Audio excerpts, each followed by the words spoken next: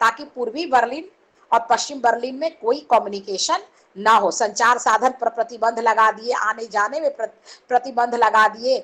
तो बर्लिन में D mark के आने जाने पर रोक लगाने के बहाने 24 जून को सोवियत संघ ने रेल परिवहन को, जल परिवहन सबको रोक दिया। बर्लिन का जर्मनी के पश्चिम क्षेत्र से पूरी तरह संपर्क जो है वो तोड़ दिया। अब इससे क्या हो गया कि दोनों क्षेत्र एक दूसरे से बिल्कुल अलग थलग हो गए।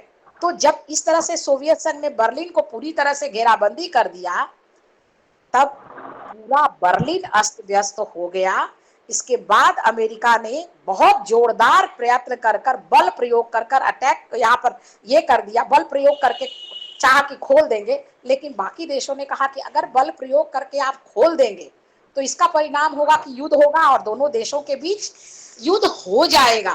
काहे कि अमेरिका ने कहा कि अब एक ही उपाय है, बर्लिन को एक दूसरे से, दोनों बर्लिन के क्षेत्रों को मिलाने का एक ही उपाय है कि हम बल प्रयोग करें और यहाँ से जो घेराबंदी है उसको हटा दें। लेकिन चर्चिल ने और बाकी देशों ने कहा, फ्रांस ने, कि अगर ऐसा कीजिएगा तो जो शीत युद्ध है वो परिणत होकर सशस्त्र युद्ध में हो जाएगा।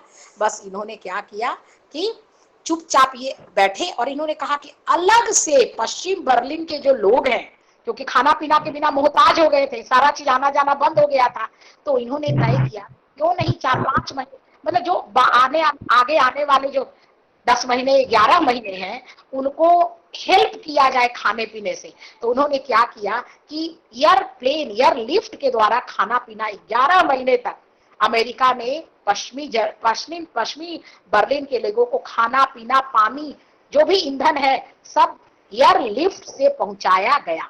मगर इसने दोनों देशों के बीच, अमेरिका के बीच, अमेरिकन ग्रुप के बीच, सोवियत ग्रुप के बीच शीत युद्ध के तनाव को और भी बढ़ा दिया। तो ये बहुत बड़ा कारण था।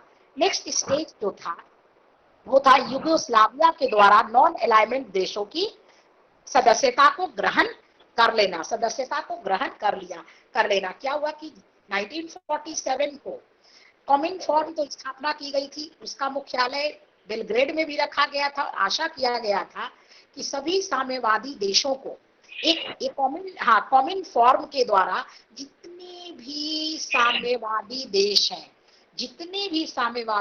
उनका एक मजबूत ऑर्गेनाइजेशन बनाया जाए। समझिए, ये कोशिश भी की गई, लेकिन एक देश था जिसने इस कोशिश पर पानी फेर दिया, वो था युगोस्लाविया। वहां पर मार्शल टीटो थे, उस समय राष्ट्रपति बन गए थे। उनका किसी भी तरह से संबंध स्टालिन के साथ अच्छा नहीं था और युद्ध के समय ही स्टालिन के साथ मार्शल टीटो के जो तनाव थे वो दिखाई देने लगे, क्योंकि वो किसी भी हाल में ये नहीं चाहते थे कि हमारे देश में हमेशा सोवियत संघ का इंटरफेरेंस हो, और उन्होंने सोवियत संघ का विरोध करना शुरू कर दिया। और यही कारण था कि दोनों टीटो और मार्शल टीटो और स्टालिन के बीच जो संबंध इतने खराब हो गए कि यूगोस्लाविया ने धीरे धीरे अपने आप को अलग थलग करना शुरू कर दिया। और जैसे ही सेकेंड वर्ल्ड वॉर के बाद गुटनिरपेक्ष देशों का आह्वान किया गया, मार्शल टीटो इसके मिस्र और के राष्ट्रपति के ये मिस्र के राष्ट्रपति के द्वारा, नासिर के द्वारा, भारत के प्रधानमंत्री आपके नेहरू जी के द्वारा इन्होंने तुरंत ही जाकर नन अलाइनमेंट को स्वीकार कर लिया और कहा कि अब हमारा युगोस्लाविया न तो साम्यवादी देश का समर्थन करेगा, न तो किसी और देश का समर्थन करेगा। हमारे यहाँ भले साम्यवादी पार्टी की सरकार है, पर हमारा विचार अलग है, हम स्वतंत्र विदेश नीति अपनाएंगे। और यह कहते हुए नन अलाइनमेंट की स्थापना करने वाले देश हो गए। और यहाँ पर ये सोवियत संघ के वर्चस्व से, सोवियत संघ के प्रभाव से युगोस्लाविया अलग थलग हट गया।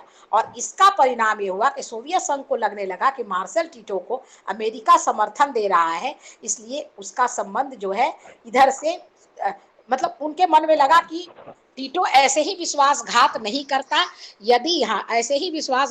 करता, यदि अमेरिका उसको सपोर्ट नहीं करता, तो उनको लगने लगा कि टीटो के पीछे अमेरिकन ग्रुप का हाथ है। और यही कारण है कि दोनों देशों के बीच, दोनों ग्रुप के बीच संबंध और भी खराब होने लगे। अगला जो स्टेप था वो स्टेप था NATO, North Atlantic Treaty Organization. आप देखिएगा, शीत युद्ध के आरंभिक वर्षों में पश्चिम यूरोप के जितने भी देश थे वो सोवियत संघ की ओर से खतरा महसूस कर रहे थे। अमेरिका चाहता था कि जितनी जल्दी से जल्दी हो सके साम्यवाद के प्रसार को रोका जाए। इसीलिए अप्रैल 1949 में 1949 में अमेरिका और अन्य पश्चिमी यूरोपीय देशों ने मिलकर नाटो की स्थापना की।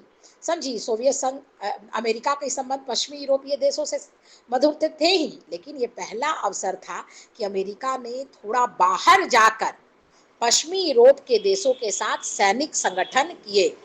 समझिए, तो इस संधि मूल रूप से सोवियत ग्रुप के विरुद्ध किया गया संगठन था।